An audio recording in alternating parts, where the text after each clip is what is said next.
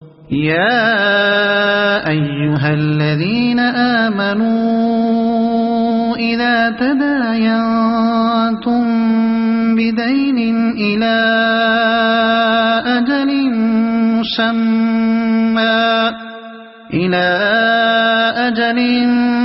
مسمى فاكتبوه وليكتب بينكم كاتب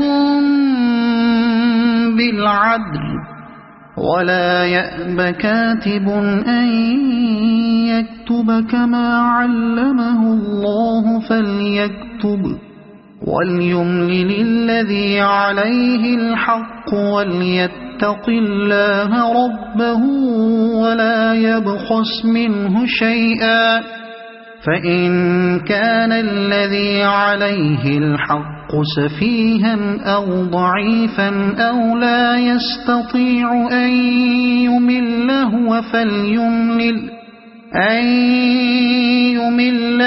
فليملل وليه بالعدل واستشهدوا شهيدين من رجالكم فإن لم يكونا رجلين فرجل وامرأتان ممن ترضون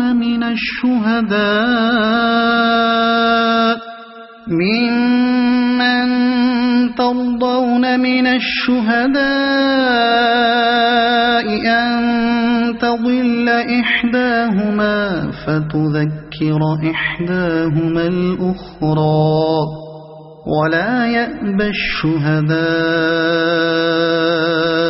إذا ما دعوا ولا تسأموا أن تكتبوه صغيرا أو كبيرا إلى أجله ذلكم أقسط عند الله وأقوم للشهادة وأدنى ألا ترتابوا إلا أن تكون تجارة حاضرة تديرونها بينكم فليس عليكم جناح ألا تكتبوها وأشهدوا إذا تبايعتم ولا يضار كاتب ولا شهيد وإن تفعلوا فإنه فسوق بكم واتقوا الله ويعلمكم الله واللہ بکل شیء علیم۔ اے لوگو جو ایمان لائے ہو، جب کسی مقرر مدت کے لیے تم آپس میں قرض کا لین دین کرو تو اسے لکھ لیا کرو۔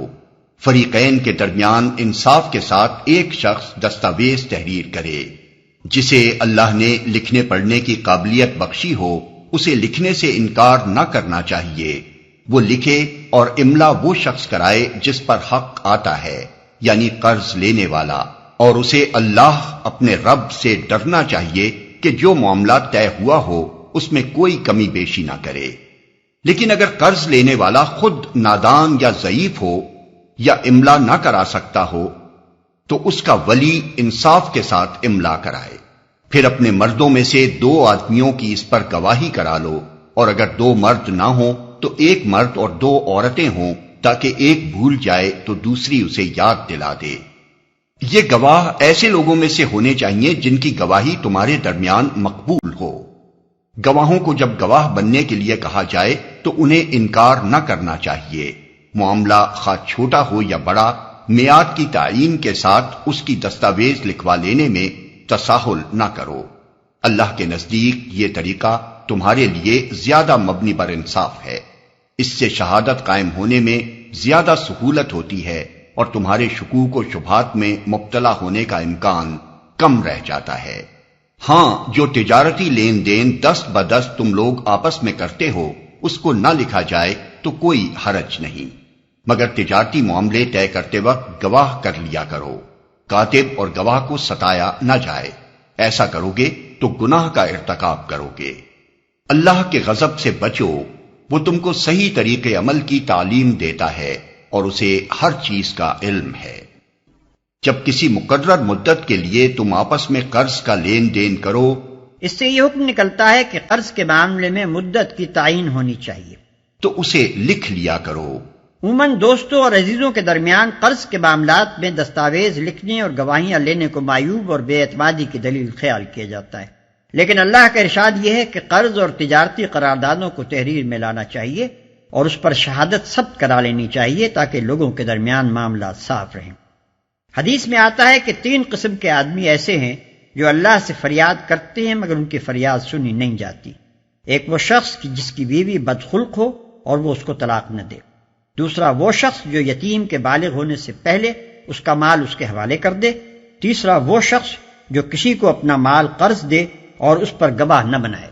پھر اپنے مردوں میں سے 2 آدمیوں کی اس پر گواہی کرا لو۔ یعنی مسلمان مردوں میں سے اس سے معلوم ہوا کہ جہاں گواہ بنانا اختیاری فعل ہو وہاں مسلمان صرف مسلمانوں ہی کو اپنا گواہ بنائیں، البتہ ذمیوں کے گواہ ذمی بھی ہو سکتے ہیں۔ یہ گواہ ایسے لوگوں میں سے ہونے چاہیے جن کی گواہی تمہارے درمیان مقبول ہو۔ مطلب یہ ہے کہ ہر کس و ناکس گواہ ہونے کے لیے موضوع نہیں ہے، بلکہ ایسے لوگوں کو گواہ بنایا جائے جو اپنے اخلاق و دیانت کے لحاظ سے بالعموم لوگوں کے درمیان قابل اعتماد سمجھے جاتے ہوں۔ ہاں، جو تجارتی لین دین دست بدست تم لوگ آپس میں کرتے ہو اس کو نہ لکھا جائے تو کوئی حرج نہیں۔ مطلب یہ ہے کہ اگرچہ روزمرہ کی خرید و فروخت میں بھی معاملہ بے کا تحریر میں آ جانا بہتر ہے، جیسا کہ آج کل کیش میمو لکھنے کا طریقہ رائج ہے، تاہم ایسا کرنا لازم نہیں ہے۔ اسی طرح ہمسایہ تاجر ایک دوسرے سے رات دن جو لین دین کرتے رہتے ہیں اس کو بھی اگر تحریر میں نہ لایا جائے کوئی مذائقہ نہیں۔ کاتب اور گواہ کو ستایا نہ جائے، اس کا مطلب یہ بھی ہے کہ کسی شخص کو دستاویز لکھنے یا اس پر گواہ بننے کے لیے مجبور نہ کیا جائے، اور یہ بھی کہ کوئی فریق کاتب یا گواہ کو اس بنا پر نہ ستائے کہ وہ اس کے مفاد کے خلاف صحیح شہادت دیتا ہے۔ وَإِن كُنتُمْ عَلَى سَفَرٍ وَلَمْ تَجِدُوا كَاتِبًا فَرِهَانٌ مَّقْبُوضَةٌ فَإِنْ أَمِنَ بَعْضُكُمْ بَعْضًا فَلْيُؤَدِّ الَّذِي اؤْتُمِنَ أَمَانَتَهُ وَلْيَتَّقِ اللَّهَ رَبَّهُ وَلَا تَكْتُمُوا الشَّهَادَةَ وَمَن يَكْتُمْهَا فَإِنَّهُ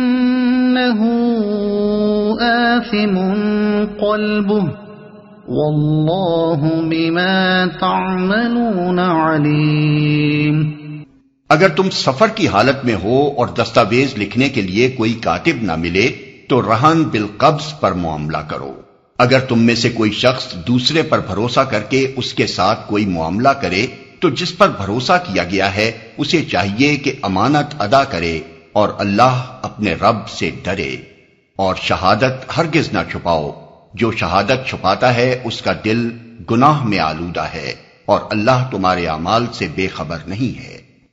تو رہن بالقبض پر معاملہ کرو۔ یہ مطلب نہیں ہے کہ رہن کا معاملہ صرف سفر ہی میں ہو سکتا ہے، بلکہ ایسی صورت چونکہ زیادہ تر سفر میں پیش آتی ہے اس لیے خاص طور پر اس کا ذکر کر دیا گیا ہے۔ نیز معاملہ رہن کے لیے یہ شرط بھی نہیں ہے کہ جب دستاویز لکھنا ممکن نہ ہو صرف اسی صورت میں رہن کا معاملہ کیا جائے۔ اس کے علاوہ ایک صورت یہ بھی ہو سکتی ہے کہ جب محض دستاویز لکھنے پر کوئی قرض دینے کے لیے آمادہ نہ ہو تو قرض کا طالب اپنی کوئی چیز رہن رکھ کر روپیہ لے لے، لیکن قرآن مجید چونکہ اپنے پیرووں کو فیاضی کی تعلیم دینا چاہتا ہے اور یہ بات بلند اخلاق سے فروتر ہے کہ ایک شخص مال رکھتا ہو اور وہ ایک ضرورت مند آدمی کو اس کی کوئی چیز رہن رکھے بغیر قرض نہ دے، اس لیے قرآن نے قصداً اس دوسری صورت کا ذکر نہیں کیا۔ اس سلسلے میں یہ بھی معلوم ہونا چاہیے کہ رہن بالقبض کا مقصد صرف یہ ہے کہ قرض دینے والے کو اپنی قرض کی واپسی کا اطمینان ہو جائے، اسے اپنے دیے ہوئے مال کے معاوضے میں شے مرہونہ سے فائدہ اٹھانے کا حق نہیں۔ اگر کوئی شخص رہن لیے ہوئے مکان میں خود رہتا ہے یا اس کا کرایہ کھاتا ہے تو دراصل سود کھاتا ہے۔ قرض پر براہ راست سود لینے اور رہن لی ہوئی چیز سے فائدہ اٹھانے میں اصولاً کوئی فرق نہیں ہے۔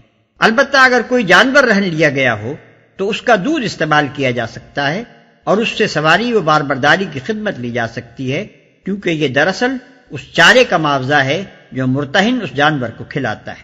اور شہادت ہرگز نہ چھپاؤ۔ شہادت دینے سے گریز کرنا یا شہادت میں صحیح واقعات کے اظہار سے پرہیز کرنا، دونوں پر شہادت چھپانے کا اطلاق ہوتا ہے۔